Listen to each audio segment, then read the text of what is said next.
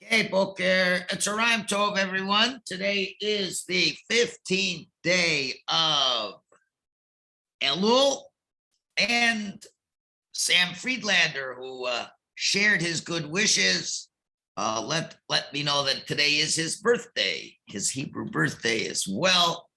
So, and he was very happy with celebrating with us. So in honor of Sam's birthday, Shlomo's birthday, we start the 13th chapter of Eshpoch Lefonav Sichi, page Kuf Samach Aleph. The name of the chapter is called He'ara Mishamayim, literally means an illumination from heaven. And after we've been speaking the last few sessions of how it could be difficult for us to speak to Hashem and how we plead that Hashem should send us the words that are really inside of us to bring them out. So the Rabbi picks up on this theme and takes us to the next step by sharing a piece from the 259th Torah from Rabbi Nachman. Quote, Kisha'adam misboded, when a person is in a state of HISBODEDUS, and he explains his speech and his pain before Hashem. And he confesses. And he regrets the great blemishes that he has done. So too, the Shechina opposite him, Mefareshes Lefonav Sichasav Etzara, explains before the fellow its speech and its tsar. What does that mean? Ki kol pegam ubekam benishmaso. Each and every blemish that is inside the Jew is pegam etzlo kivyachol, as it were. That means there's a blemish in Hashem. V'menachemes also. And Hashem comforts him by requesting that he seek means to repair all his blemishes. Whoa, what is that supposed to mean? So he's going to explain. These words are not only said about tzaddikim who actually can see the presence of Hashem, as it were, but also for simple people, simple people who pour out their hearts for all their sins and how they feel distance from Hashem. They certainly do not merit the revelation of Shekhinah in actuality. Only Shema is to hear the Shekhinah. So what's going on over here? There's a lot that has to be unpacked over here. There's a lot of things he has to explain in this short paragraph. There's something called hearing in the heart. As the famous explanation of Baal Shem Tov says on the statement, each and every day, Yotzes Baskol Mehar Chorev, a Baskol comes from Mount Sinai. Vomerson says, Oy lebrias me'al bona shel Torah. Woe to the creatures for the great insult to the Torah. And the Baal Shem Tov is trying to understand who is able to hear this message. I haven't heard it. Have you heard it? No. Why is this Baskol going out? A real tzaddik. Let's figure out who could hear a Baskol, who could not. So you'd imagine a tzaddik could hear a Baskol, right? Great. So does a tzaddik need to hear this line? Woe to the creatures that are insulting the Torah. The tzaddik isn't insulting the Torah, so why would he have to hear such a message? Let's say the wicked, they need to hear it. They don't hear anything. So what's going on? Well, Mataritzin, he answers, his famous answer is, this is not the hearing of the ear. It's the aspect of and you have given to your servant a heart that can hear.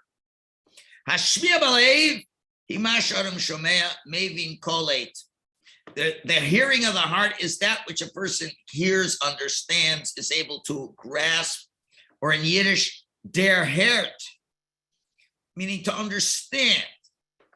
And then that penetrates into his heart a thought of tshuva, that calls him to return to Hashem. So it's that person who's not hearing a baskol, but it's a person who's sensitive to a certain, we call it like Jewish guilt, and you're feeling feelings of guilt. That's what the heart is hearing, that the person has to do tshuva. Now that a person has to make himself open to hear that.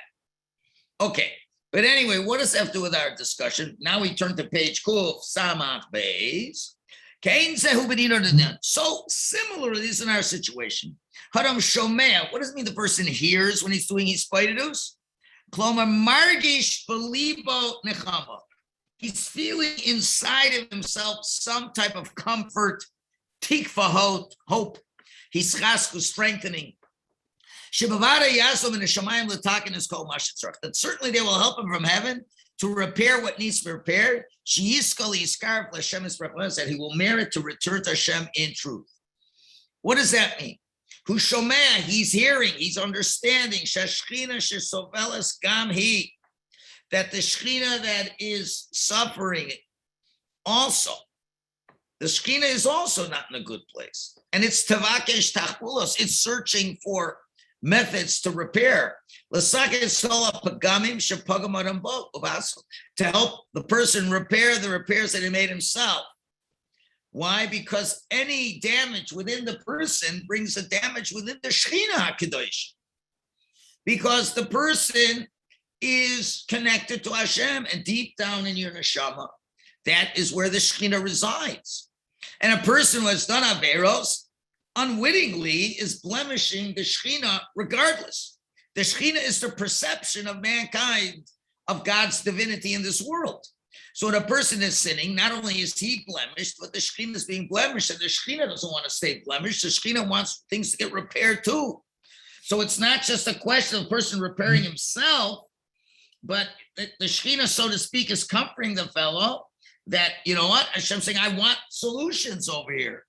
It's in my best interest as well that there should be solutions.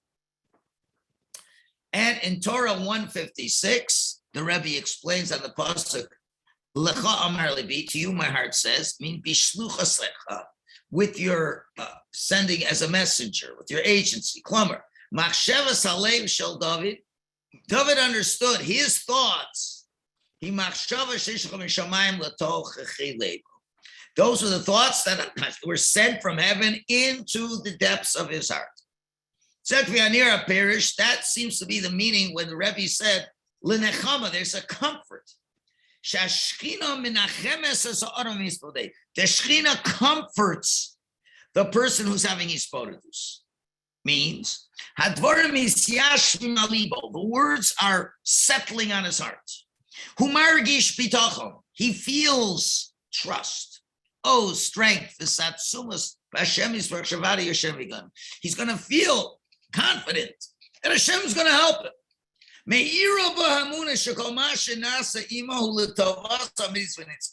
And illuminates inside himself a belief that everything that's happened to him is for his true good and eternal benefit. When a person merits that illumination from heaven, who maybe he understands everything he's passed through in life, all the challenges, for his benefit. To give him atonement, to cleanse his sins, to redeem him from death, or to cause him to return to Hashem, as the pasuk says, Tashuv enosh adaka, vatomer shuva b'nei adam. What does that mean? That a person perish. Hashem is maybe Hashem brings suffering to a person until he's crushed. Atitucha tal nefesh, till his mamash, he feels he can't go anymore. If you serve Elu, and with those sufferings, he tells him, Shuvu b'nei adam, please return. Person is understanding. Hashem is giving him an understanding that the challenges he's going through is for his benefit. Kimi Kivan, because we know. Sheina Kodesh Baruch Hu Babartzon Brios of the Gemara says Hashem doesn't come just that come with undue and unwarranted criticisms over human beings, such as and Hashem is Hashem doesn't give you a test you can't pass. And that includes the sufferings that you have when you have pains and things like that. It's not just a test to overcome your Yetzer Hara that he doesn't give you that you cannot pass. He doesn't give you suffering that you're not able to bear as well. And therefore, sometimes HISBODEDUS Motzias Atzmo Medaber Dibur Hischaskos La'atzmo Toch Kedeshim Mefarish Yichosot Over Hashem. You're going to find something unusual. That as the person is laying out all his sorrows before Hashem, the person now starts saying words of encouragement. He all of a sudden, he finds himself thanking Hashem for all the things he's gone through. Because the understanding has illuminated to him that these challenges are bringing him closer to Hashem. And they're bringing him to the goal for that purpose which he has sent into the world.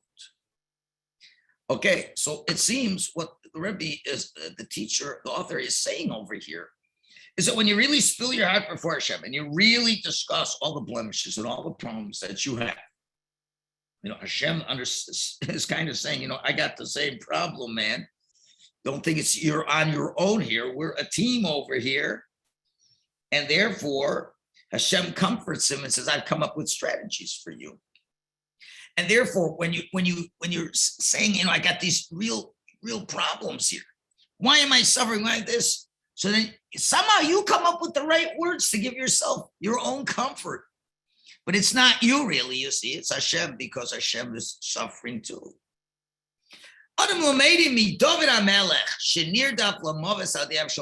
go back to the story that we've learned a couple of weeks ago in the Nach Yomi, where David is running away from his son Avshalom, who has overthrown the kingdom. That's after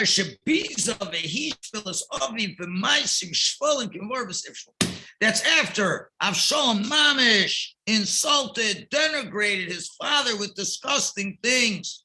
He went to all his Pilakshim and was intimate with the Pilakshim. It was Mamish terrible what he did. And also, at that time, Omru Sener Shel David, the enemies of David said, Look how Hashem is chasing after you. You ever heard such a thing? The son comes to kill his father?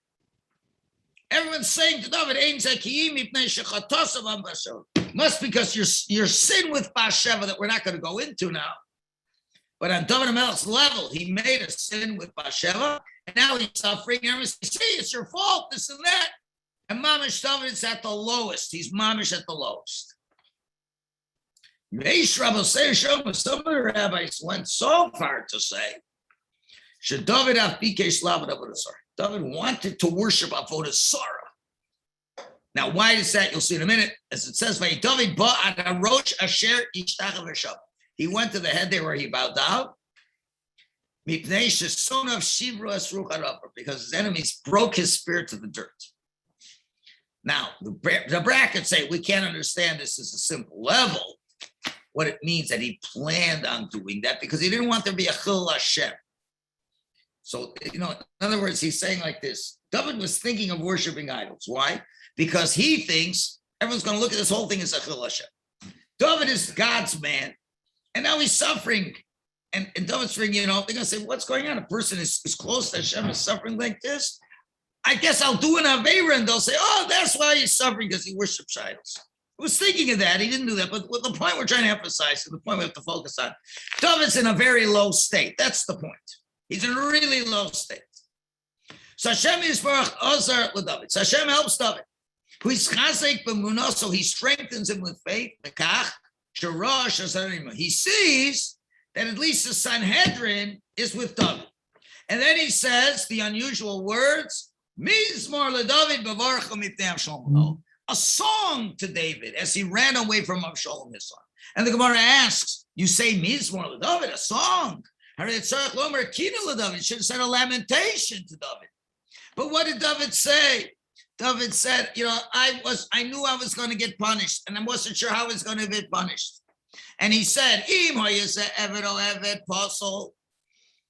would have been a servant who would overthrow me, or a person who's an invalid person would try to overthrow me, then I know it would have known, I'd have no hope. I know he won't have any mercy on me. But if it's my son who overthrows me, you're talking maybe, he'll have mercy and not kill. That's what the Gemara says. That's why he's saying. So Davar Zehu Pella Otzum, this is an awesome wonder. If a person sees that his son is chasing and killing him, how are you going to strengthen yourself with these words? To say, Malach HaNivchan, what are you afraid of? Malach HaNishmar, why are you broken? Oh, look, it was a kindness that your son is chasing after you. Who's going to believe this? What is David HaMelech saying? Your son overthrows you, and you think, I got a good chance now. And also, how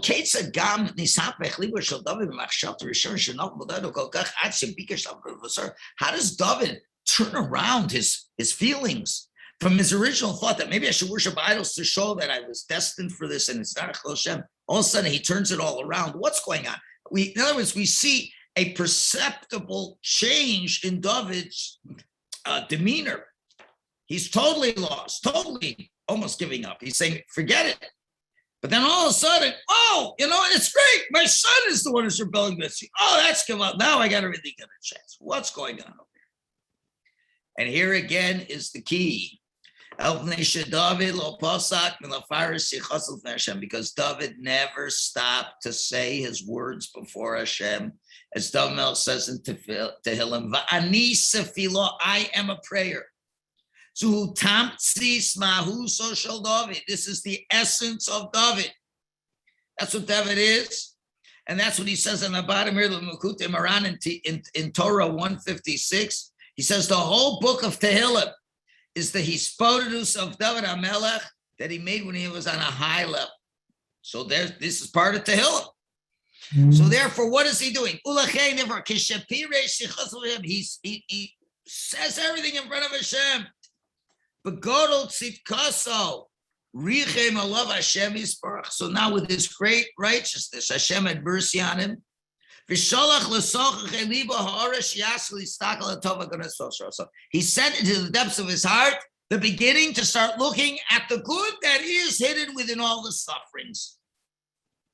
Then he's able to bring into his heart some consolation. In a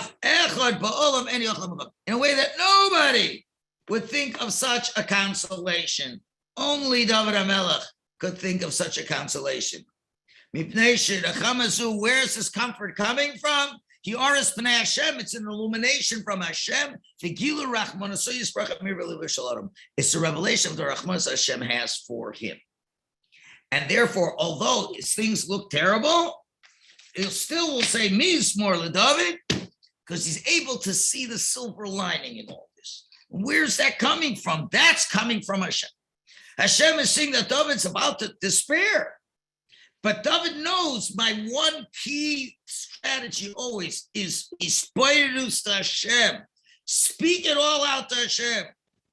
And Hashem, David had on his level had a certain sin and was supposed to suffer to a certain degree for that sin. But Hashem has to show him something positive to keep him going. And that's what he does. He gives him this most unusual way of looking at the situation. Oh, but David gives my son, now I got a chance. Omar, and that's why David says, Ani amarti b'chavsi kol adam kosev. Literally means I said in haste. Everybody is kosev, disappoints. Perish. What does that mean? Ani amarti b'chavsi, meaning keshenichpasti livroch mishalmach, when I had to quickly run away from Shaul, or may Achish melech Gas, or Achish the king of Gas, or Avshalom my son, or anybody else. Because Kol Ha'adam Kosev, everyone's been a disappointment in life. Shaul, David did everything he could for Shaul. It was my Nefesh for Shaul. And Shaul thinks he's killing him. Achish, he's a fellow Moabite from the family. He hopes that Achish will help. Avshalom, all it is full of disappointments. Klomer kol adam sheyomer li Hashem azovascha, because any person that Hashem said leave them, who kozev, it's a disappointment. Dvaravim sheker v'chasav. But still, Hashem may olam lo asamani, but Hashem never left me. Okay, that's what's happening. That people, everybody, and let me do that again. He says, everyone said to me, let me say it better, Hashem ozavascha, Hashem has left you. Everyone said, look, Hashem has left you. But you know what? That's kozev. That is lies. Sheker v'chaz, because Hashem never left me. That's what's saying. Ani amarti v'chavsi. I said when I was in my hasty times, I had to run for my life, that kol adam kozev. Everybody's a liar. As much as they all said, it's so logical that, God has forsaken you. I mean, how could somebody that Hashem loves so much, how could he torture someone so much? So David just said, you're a bunch of liars, fake news. And Dvarim Elohim nachlas b'vakshim. This is the inheritance. These words are the inheritance of those who seek out Hashem. Hashofchiv libam kamayim nochach b'nei Hashem, who pour their hearts like water before Hashem. Gamal tzor semagas, even on physical sufferings. They shemaminim haim, because they believe. She'yeshua eina kim al yedei Yisrael, because the salvation only will come from Hashem. And then when you feel that way, you come to the comfort, the hope, the belief, the understanding, the feeling that everything Hashem does is for the good. So all the things happen to him for good. And he strengthens himself with a tremendous amount of emunah in Hashem. So this is the gift that Hashem gives us, this ability to find the good in the situation is something that Hashem provides for us if we expend our speech towards Hashem. Okay, now he's going to go to one of the two of his famous stories, Sipurei Masios, and we've started one of them. I know we got kind of sidetracked, I haven't finished it, but this one, we did this part of the story, and where he keeps putting in the HISBODEDUS fits in and really makes great changes in the story. That's the point. You see when a person's in a bad situation, and then somehow you see things turn around for the better. So what is the thing that causes that mysterious turnaround? So the Rabbi is saying it's always the HISBODEDUS. That's what turns it around. So we talk about this. The first of his famous stories, the lost princess. And the Rebbe talks about how the viceroy is trying to find the lost princess.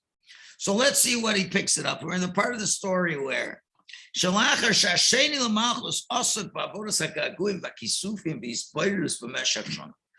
told the viceroy, if you want to save me, you've got to be involved a whole year, yearning and longing to find me. And he was a whole year, he was preparing. Then finally on the last day, what happened? He stumbled on the last day, and he lost what he was looking for. Okay. Then afterwards, he spent another year, same thing. He also made a mistake on the last day, and he fell asleep for a long time. Now, the second mistake was and then the princess walked past, and he's asleep. She took a little kerchief, whatever that was on her head, and she wrote with tears, as Koltzar, all her suffering. And amongst the words she wrote with her tears on that kerchief that was left on him, she says, and I have great mercy on you and on me. Why? She said, because you've been looking for a lot of years. And because you couldn't withstand such a small test, he decided to call you lost everything. And she writes, now I have to be somewhere else. You're going to have to look me over there. So that's the story. You got to understand.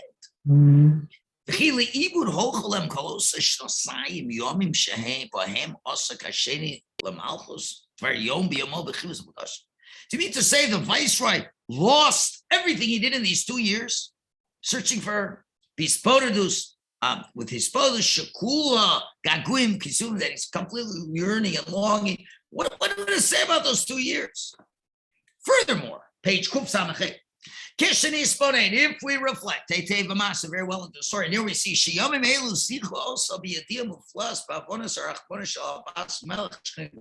we see that at the end of this, what did he merit? He merited to see the wondrous understanding of the Rachmanis that the queen had for him by the letter that she wrote with her tears on his kerchief. B'michtav shekibo, that little letter that he got, the note she writes, writes that Hashem doesn't hate him, but rather he has compassion for him. Since he has compassion on him, he gives you another chance to find a new way to find him. But from the words of the princess, so how did she preface it with? Rachmanis gedola alecha alai. It's a great Rachmanis upon you and upon me. Zu od efshara shel nachama. This is another possibility of comfort. There's another way of comfort to the person who pours his heart out before Hashem. And after he's been involved in some self-judgment, V'danas kol inyonav, and he judges all his aspects. Ha'im kach royal alasus, is fitting to do this or not. Or after the person's engaged in his confession and regret for the sins he did, v'libo nimas b'kibur, his heart is melting inside. Davar shachal havi lechalishus adas, or something can bring the person to tremendous despair. But what do we see happens? But Hashem in his mercy, he has compassion on the person. Meir belibo, he illuminates in the heart of the person trust and belief and hope that Hashem's kindness has never been exhausted.